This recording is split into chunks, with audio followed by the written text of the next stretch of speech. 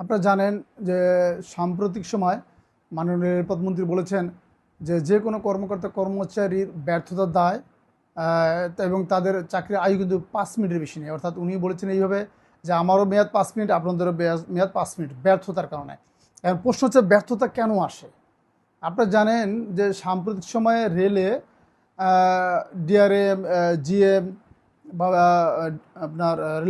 আপনার রেলের যে সচিব বলেন, ডিজি, এই যে উচ্চপদস্থ কর্মকর্তা যারা নিচে থেকে মধ্যম সারির কর্মকর্তা যদি দায়িত্ব পালনে কোনো অবহেলা করেন অথবা ধরে নেন যে সঠিক কাজটা করতে পারছেন না, অথবা ধরে নেন পদ্মা সেতু, মেট্রো রেল এবং এলিভেটেড এক্সপ্রেসওয়ে নির্মাণের গর্বিত অংশীদার বসুন্ধরা সিমেন্ট, যে কাউকে বদলি করছে, এই যে বদলি করলেই দেখা যাচ্ছে যে কর্মচারীরা রাজনৈতিক প্রভাব বিস্তার করে রেলওয়ে ডিজি, ডিআরএম এবং জিএমদেরকে হুমকি দিচ্ছে।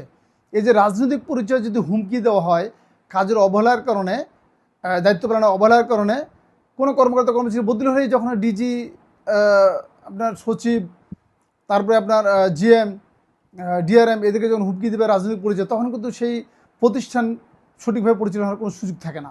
এবং আপনাদের একটা জিনিস মনে রাখা উচিত যে সাম্প্রতিক সময় রেলে কিন্তু বেশ কিছু বদলি হয়েছে, পদোন্নতি হয়েছে।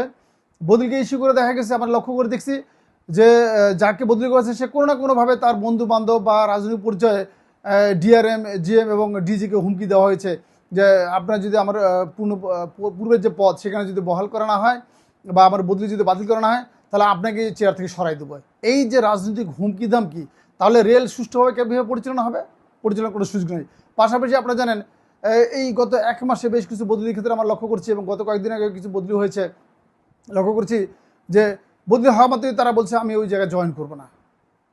আবার কেউ বলছে যে আমার বদলি ক্যান্সেল করতে হবে না, তো আমি অমুক নেতার লোক, মন্ত্রী, এমপি, কখনো কখনো মানে প্রধানমন্ত্রী, কখনো রেলের মন্ত্রীর লোক পরিচয় দিয়ে রেলে এই হুমকি দামকি চলছে অব্যাহত। আমরা রেলের পোস্ট সোসাইটি মনে করছি রেলে যদি যে হুমকি দামকি এবং রাজনৈতিক পরিচয়ের যে প্রবঞ্চনা চলছে এখান থেকে যদি বেরিয়ে আসা না যায় তাহলে রেল কিন্তু সুষ্ঠুভাবে পরিচালনা করা সম্ভব নয়। পাশাপাশি আপনারা একটা জিনিস লক্ষ্য করবেন, রেলে কিন্তু কিছু ঠিকাদার আছে যারা রেলের বিভিন্ন কাজগুলো করে, সরবরাহের কাজ করে, বিভিন্ন পার্ট সাপ্লাই দেয় বিদেশ থেকে নিয়ে এসে।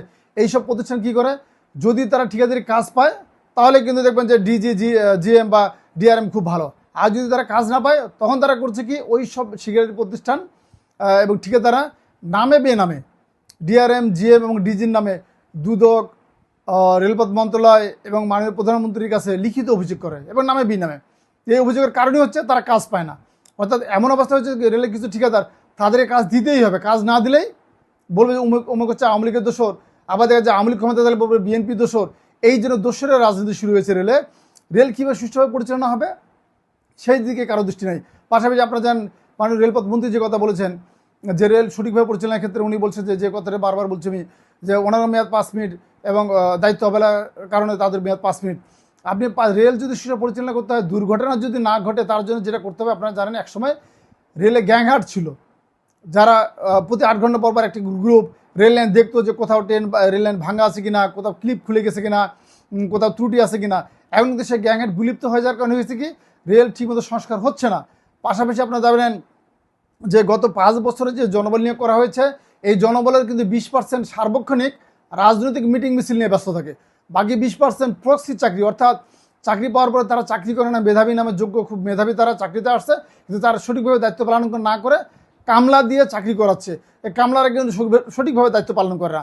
আবার আপনারা লক্ষ্য করবেন গত 6 বছরে যে জনবল নিয়োগ করেছে তার অধিকাংশ চাকরি ছেড়ে চলে গেছে।